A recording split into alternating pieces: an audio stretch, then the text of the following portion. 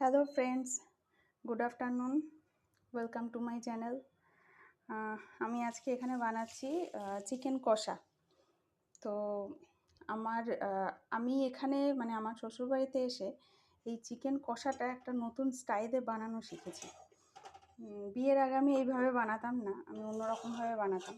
মশলা কষিয়ে নিয়ে তারপরে মাংস দিয়ে কষাতাম, কিন্তু এখন এখানে এসে শিখলাম সব মশলা একসঙ্গে মাখিয়ে আমি কড়াইতে বসিয়ে দিই, তেল নুন হলুদ সব মশলা দিয়ে একদম লাস্টে গিয়ে আমি কষাই মাংসটা। তো খুব ভালো লাগে খেতে।